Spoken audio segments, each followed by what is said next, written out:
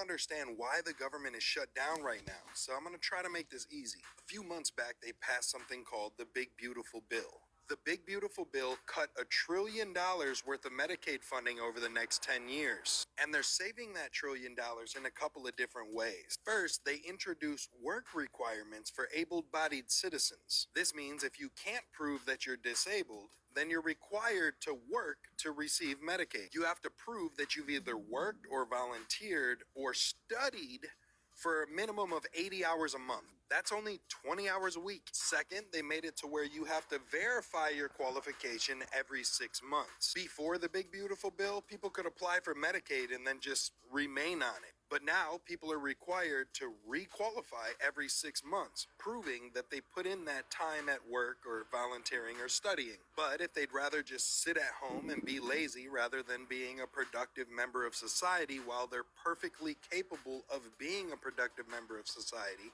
then they'll lose their benefits. And that's how it saves the government money for healthcare to be used towards people that actually need it. So that's the first way that the Big Beautiful Bill is working towards saving $1 trillion over the next 10 years. The second way is a little more difficult to explain, and it involves the hospital, the state, and the federal government. But here's a summary of how it works. A patient goes to the hospital, receives their services, and then pays their bill. When the patient pays that bill, they're not only paying the bill, but they're also paying a tax. That tax goes to the state, and the state puts it in a Medicaid fund.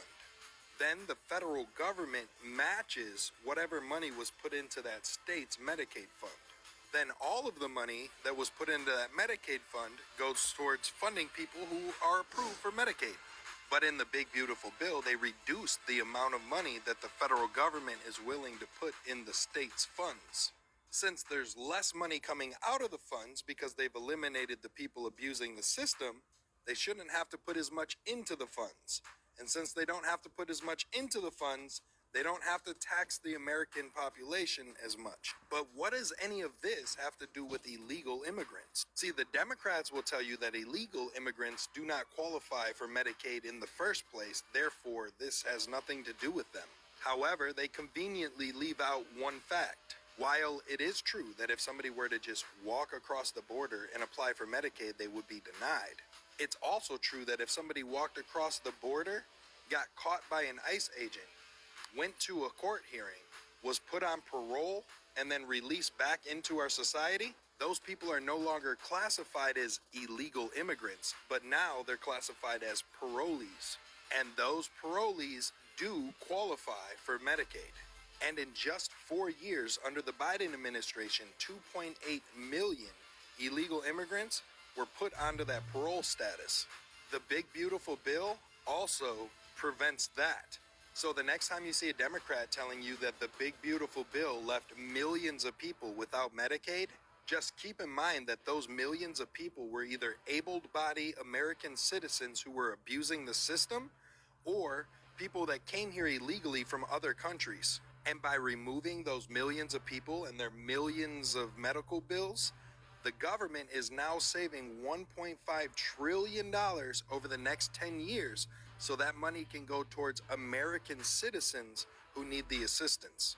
And the government is shut down right now because the Democrats want to reverse all of that.